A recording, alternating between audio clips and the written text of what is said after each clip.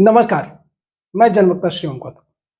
Karnataka high court ने एक ऐसा फैसला दिया है जिसको सुनकर आप भी अपना सर पकड़ लेंगे। वो इसलिए कि दशहरा का जो सनातनी कार्यक्रम होता है उसमें कर्नाटक गवर्नमेंट ने एक मुस्लिम राइटर को चीफ गेस्ट बनाया है।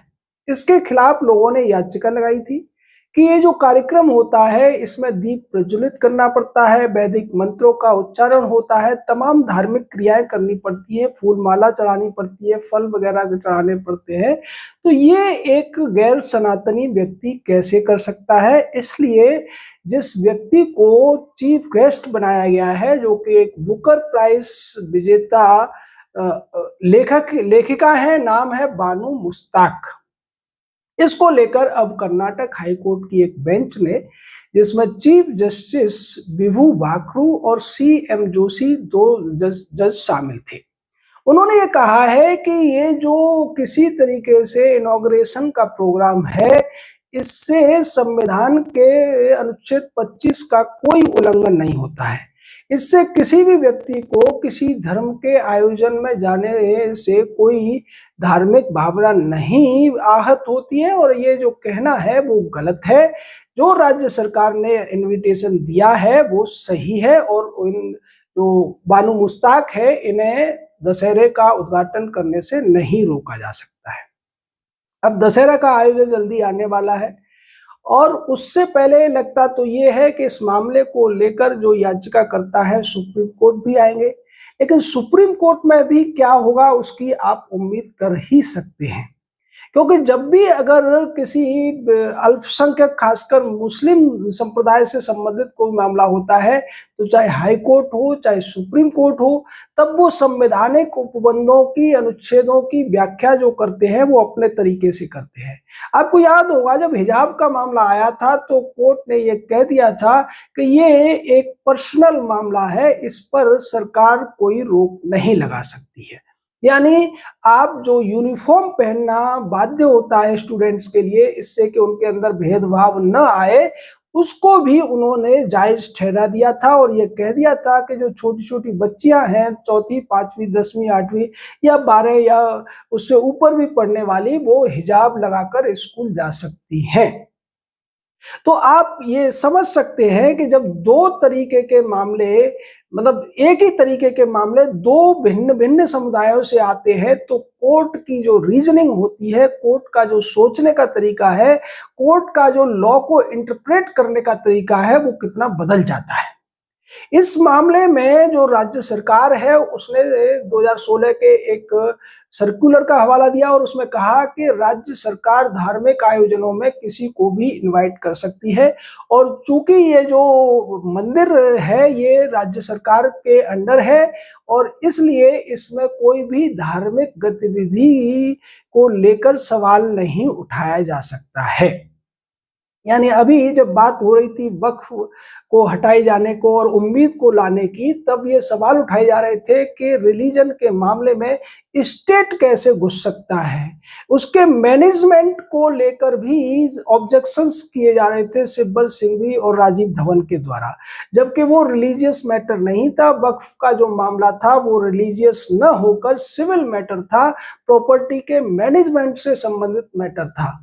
उसके बावजूद उस पर इतनी ज्यादा हाय तौबा की गई थी और यहाँ सीधे तौर पर एक रिलीजियस मैटर है। दशहरे का जो आयोजन है वो शुद्ध रूप से सनातनी परंपरा है, हिंदुओं का त्योहार है और उसमें कोई अगर गैर हिंदू व्यक्ति जाता है या ऐसा व्यक्ति जाता है न जो देवी देवताओं को मानता है, न मंत्रों को मानता है, न तिलक को मानता है, और इनका जो बानू है, बानू मुश्ताक, इनका पिछले दिनों इस तरीके के कई विवाद भी हुए थे जब इन्होंने तिलक लगवाने से मना कर दिया था, दूसरी चीजों से इन्होंने मना कर दिया था, देवी भुवनेश्वरी की को देवी मानने से मना कर दिया था। ऐसे तमाम विवाद इनके साथ जुड़े हुए हैं। उसके बावजूद हाई कोर्ट ने इस पूरे मामले में जो निर्णय दिया है वो लोगों को आहत करने वाला है। आप अगर ठीक है, आप इस्लाम को मानते हैं, आप सनातन को नहीं मानते, तो फिर आप उनके जो रिचुअल्स हैं, उनके जो संस्कार हैं, उनमें शामिल कैसे हो सकते हैं? और अगर उनमें शामिल नहीं हो सकते तो आप फिर कार्यक्रम का हिस्सा कैसे हो सकते हैं? जैसे अगर कोई व्यक्ति किसी हिंदू व्यक्ति को किसी मस्जिद का उद्घाटन करने के लिए बुलाया जाए और वो व्यक्ति वहां टोपी लगाकर न जाए, तिलक लगाकर जाए या गले में कोई तस्वीर डालकर जाए, तो क्या उसे स्वीकार किया जाएगा? बिल्कुल स्वीकार नहीं किया जाएगा। अभी आपने पिछले दिनों देखा था जम्मू कश्मीर में भारत के राष्ट्रीय चिन्ह को भी जो साइन बोर्ड लगा था उस पर देखकर लोग भड़क गए थे और उन्होंने उपद्रव दंगा करते हुए भारत के राष्ट्रीय चिन्ह को ये कहकर तोड़ दिया था कि हमारे यहाँ बुत परस्ती अलाउ नहीं है। जबकि जितने भी लोग वहां हंगामा कर रहे थे उन सबकी जेब में नोट रहे होंगे, करेंसी नोट, और हर करेंसी नोट पर वही अशोक चिन्ह का प्रतीक होता है। महात्मा गांधी की फोटो भी होती है, उन्हें फोटो से भी ऐतराज है। उसी तरीके से जब वो बाहर जाते हैं, चाहे हज के लिए जाएं, तो पासपोर्ट पर भी वही अशोक स्तंभ का चिन्ह होता है, राष्ट्रीय चिन्ह होता है। तब उन्हें कोई दिक्कत नहीं होती। जब वो हज करने के लिए मक्का के अंदर जाते हैं तो वहां भी उनके गले में जो थैली लटकी रहती है उसमें पासपोर्ट होता है और उस पासपोर्ट पर वही एम्बलम होता है। यानी जब इनके फायदे की चीज होती है तब इन्हें किसी चीज से आपत्ति नहीं होती, तब ये अलग तरीके से बात कर रहे होते हैं। और जब इन्हें कहीं एनक्रोचमेंट करना होता है, कहीं चीजों को लेकर विवाद करना होता है, तो फिर इनका इस्लाम खतरे में आ जाता है। अब उन लोगों को भी इस पर कुछ नहीं कहना है जो एकदम से ऐसी चीजों से तमाम फतवे जारी करना शुरू कर देते हैं। क्या अब वो मौलवी इस पर फतवा जारी करेंगे कि एक इस्लाम को मानने वाली महिला किस तरीके से हिंदुओं के, सनातनियों के किसी दशहरा फेस्टिवल में शामिल हो सकती है? अब वो भी कुछ नहीं कहेंगे क्योंकि उससे उनकी भावनाएं आहत नहीं हो रही हैं, बल्कि भावनाएं आहत हो रही हैं सनातनियों की। तो ये जो चीजें हैं, ये जो एक आप इसको कह सकते हैं कि चीजों को देखने का जो नजरिया है, चाहे हाई कोर्ट के जज हो या सुप्रीम कोर्ट के जज हो, उसमें कहीं भी कोई अंतर नहीं है। अभी पिछले दिनों भी देखने को मिला था कि तमाम ऐसे लोगों को छोड़ दिया गया था, राहत दे दी गई थी जो पाकिस्तान जिंदाबाद के नारे लगा रहे थे, जो देश के खिलाफ नारे लगा रहे थे, जो पहलगाम की घटना पर खुश हो रहे थे, खुशियां मना रहे थे, पाकिस्तान का साथ दे रहे थे। लेकिन दूसरी तरफ एक लड़की थी, उसने एक पोस्ट तो गलत की थी, लेकिन उसके खिलाफ जब कार्रवाई हुई तो न हाई कोर्ट बीच में आया, न सुप्रीम कोर्ट बीच में आया। उस लड़की को गिरफ्तार करके और पश्चिम बंगाल ले जाया गया। उसके बाद वहां हाई कोर्ट में 2-3 दिन के बाद उसको राहत दी गई। जबकि दूसरे तरफ के जो लोग थे, जो राष्ट्र के खिलाफ बोल रहे थे, जो हिंदू परंपराओं के खिलाफ, सनातन के खिलाफ बोल रहे थे, देवी देवताओं को गाली दे रहे थे, उनके लिए एकदम से फैसले ले दिए गए। ये जो चीजें हैं वो इस देश की जनता को बहुत ज्यादा आहत करती हैं। और इसके बाद समस्या तो ये है कि इन चीजों को रोकने का कोई भी उपाय हमारे संविधान में नहीं है। अगर कोई जज किसी भी तरीके का ऐसा फैसला लेता है, चाहे वो कानूनन गलत हो, चाहे उसका इंटरप्रिटेशन गलत हो, उसके खिलाफ कोई कार्रवाई न तो हो सकती है न होती है। और कार्रवाई तो उन जजों के खिलाफ भी नहीं हो पाती जो भ्रष्टाचार में लिप्त पाए जाते हैं, जिनके घरों से करोड़ों की नकदी जलाई जाती है, उसके वीडियो सामने आते हैं और उसको तत्कालीन सीजेआई भी स्वीकार कर लेते हैं।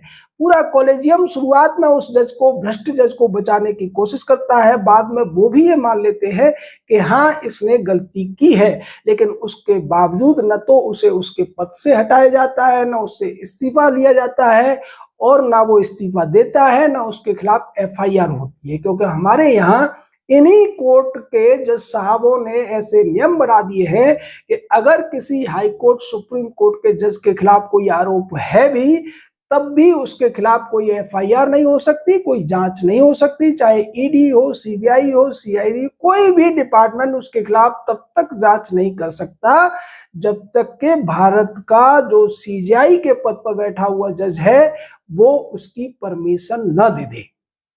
और सीजेआई परमिशन के मामले में क्या सोच रखते हैं वो आप इसी बात से समझ सकते हैं कि जिन संजीव खन्ना ने उस भ्रष्ट जज को हटाने की सिफारिश राष्ट्रपति प्रधानमंत्री से की, उन्होंने भी उसके खिलाफ एफआईआर करने की परमिशन नहीं दी। और दूसरी तरफ खुद को बौद्ध कहने वाले, बाबा साहब अंबेडकर का अनुयायी बताने वाले सीजेआई बीआर गवई ने भी इसकी परमिशन नहीं दी।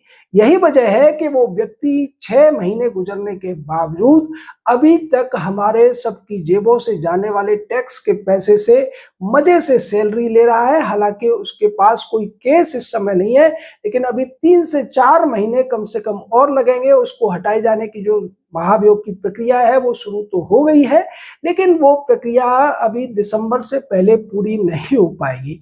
तब तक वो आराम से सैलरी लेता रहेगा। और ये जो हमारे सीजेआई हैं वो तो उसके प्रति इतना ज्यादा मोह रखते हैं कि जब एक सीनियर एडवोकेट ने उसको हटाए जाने की पीआईएल की सुनवाई के दौरान उसको वर्मा बोल दिया था, तो वो भड़क गए थे और कहा था कि आप उनको वर्मा कैसे बोल सकते हैं, क्या वो आपके साथी हैं, क्या वो आपके सहपाठी हैं? वो अभी भी एक सम्मानित जज हैं।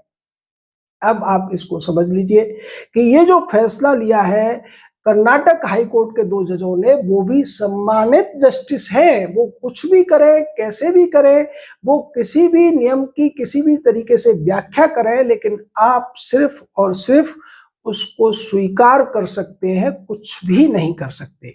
दूसरी तरफ जब अलग तरीके का मैटर आता है, अलग समुदाय से संबंधित मामला आता है, तो एकदम से ये लोग अलर्ट हो जाते हैं और वहां इन लोगों की जो प्रतिक्रियाएं होती हैं वो भी संविधान के दायरे को पार कर जाती है। नुपुर शर्मा के केस में किस तरीके से 2 जजों ने टिप्पणियां की थी जो गैर जरूरी भी थी और अपमानजनक भी थी, नुपुर शर्मा की जिंदगी को खतरे में डालने वाली भी थी। लेकिन जब इसी तरीके का दूसरी तरफ से मामला आता है तो फिर वहां पर ये हमदर्दी दिखाते हुए नजर आते हैं, नेचुरल जस्टिस की बात करते हुए नजर आते हैं, ह्यूमन राइट्स की बात करते हुए नजर आते हैं, तमाम दूसरे देशों के कानूनों का भी उद्धरण देते हुए नजर आते हैं। अभी वक्फ के मामले में सवाल ये हो रहा था कि वक्फ चूंकि एक इस्लामिक संस्था है, उसमें गैर इस्लामिक व्यक्ति कैसे हो सकता है। और यहाँ पर सनातनी फेस्टिवल के पूजा के कार्यक्रम में एक इस्लाम को मानने वाली, सनातन को न मानने वाली महिला को चीफ गेस्ट बनाया जा रहा है। अब उसको सही ठहराया जा रहा है। यानी इस देश की जुडिशरी के जो फैसले हैं, रोज ऐसे फैसले आते हैं जो विरोधाभासी नजर आते हैं। लेकिन फिर वहां ये देखना पड़ता है कि ये संबंध किस समुदाय से रखता है। जो व्यक्ति है, अगर उसका संबंध एक वर्ग विशेष से है, संप्रदाय विशेष से है, तो उसके बचाने के लिए ये सब किया जाता है। और अगर व्यक्ति का संबंध देश के सनातन संस्कृति से है, भारतीय परंपराओं से है, हिंदुओं से है, तो फिर उसको हर हालत में दंड देने की सोची जाती है या फिर उसी के खिलाफ निर्णय लेने की सोची जाती है। ये कब तक चलता रहेगा, इस पर आपको विचार करना चाहिए। आपके इस पूरे मामले पर क्या कहना है, अपनी राय दीजिए। भाषा की मर्यादा बनाए रखिए। जय हिंद, जय भारत।